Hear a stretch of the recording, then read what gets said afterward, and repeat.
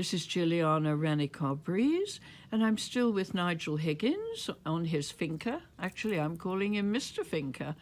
But what intrigues me is his past life. He doesn't like to talk about it, but he's going to, because I'm going to. It's really interesting. He was living in Italy, but I want to know how you got involved with this movement. It's the Mutoid, M-U-T-O-I-D, is that correct?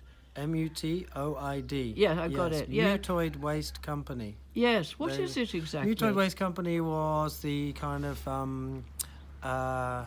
what idea. period of time? I think it was formed around 85 by three guys who were living in London who went to Glastonbury. Right. And what they decided to do was build these incredible, wonderful machines. Actually, I remember what they did. They bought like a bus. Now, I can't remember exactly the kind of bus. I think it was a Super Vega, Bedford bus. And they took the entire bodywork off it and welded together a skeleton frame around it and put a skull face on the bus and drove that to Glastonbury.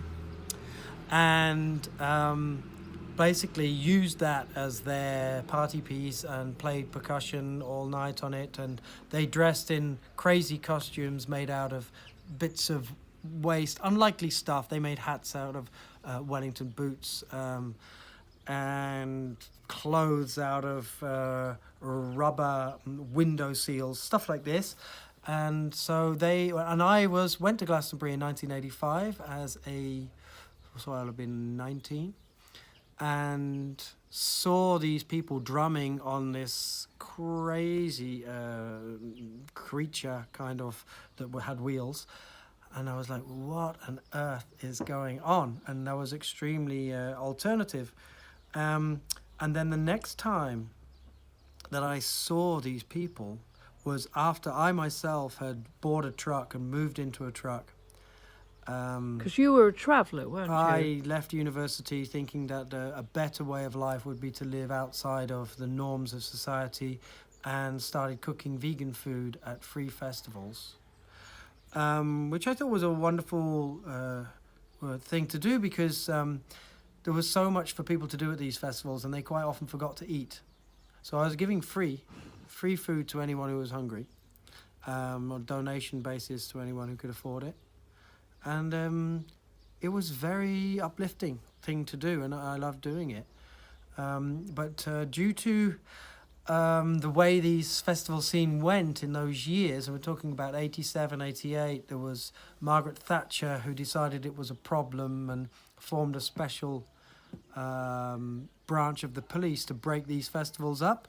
And of course, the premise was that we were all travellers, so many thousands of travellers left in those years. And where did you go? I ended up going to Amsterdam, because Amsterdam had a provision for people who were young and travelling. They used to call them Staatsnomaden, so like city travellers, and they gave them this huge area, which was an old man-made island for the shipping industry. It was called the Levantkade, and there they said, do what you want. Here's electricity. Oh, wow. Here, do your alternative lifestyle. There was a circus school there. There was a 24-hour bus bar there.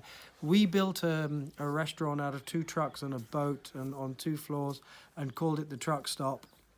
And we were immediately sponsored. I mean, it was so different. Britain, oh, travellers, get out of our town. The police, you can't park that here. But in Amsterdam, you were welcome. We were sponsored by a health food shop chain. Wonderful. Who gave us products, organic products to sell in our thing. You know, the local people were coming and eating in our cafe, and this place, the whole area, decided to run a festival, and the Mutoid Waste Company were invited to this festival, and they parked about 14 trucks and trailers right outside our restaurant. Wow. And came up, they were coming regularly for coffees and snacks, and then they said, can you do Sunday lunch for the whole group? And they were there for nearly 2 months. So every Sunday we had the entire And you stayed in Amsterdam for 3 years. I stayed in Amsterdam for 3 years, although I did have a break of about 5 months after they closed this area down, travelling around the south of France. They closed the area down? They eventually closed the area down. Why? Health and safety. Uh-huh. The hygiene was an issue. there was all sorts of people living there. There wasn't just fairly together travellers. There was also the down and outs who were making I see. ramshackle shantytown areas where, to be fair, there was a fair amount of toxic dependency, and they caused quite a lot of problems with their disagreements and arguments that went often long into the night. Yeah. There was also So you Dutch went to artists. France? So I travelled down to the south of France. There was also a big travelling a group of people there. There was a lot of circus, a lot of performance going on, which really appealed to me. It was Can you do things to do with the circus? Well, I learnt to juggle at the circus school in Amsterdam. Right. And then I was part of a small show with 3 people in the south of France. Okay. And we were busking Right. our money. Did you do any magic as well? No, not as Conjuring, such. I meant. No, we used to conjure up diesel every now and again. Okay, so after France, then you went to Italy? No, after France, we went back to Amsterdam. Right. Picking up languages on the way, of course. Yeah. I went back to Amsterdam, and we had a new area where travellers were allowed. And there I met the mother of my daughter. Right. And we had her in Amsterdam. Right. And she was from Sweden, yeah? No, she was from Manchester, the mother of my daughter. Oh! The mother of my son's from Sweden.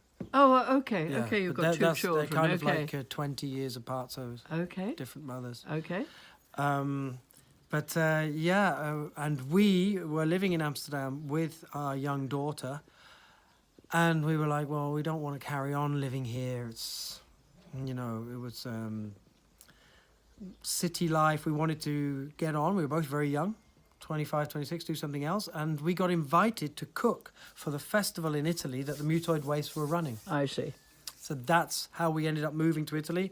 And then we joined the group. Okay, because And you stayed speak in Italy. fantastic Italian, I've heard you.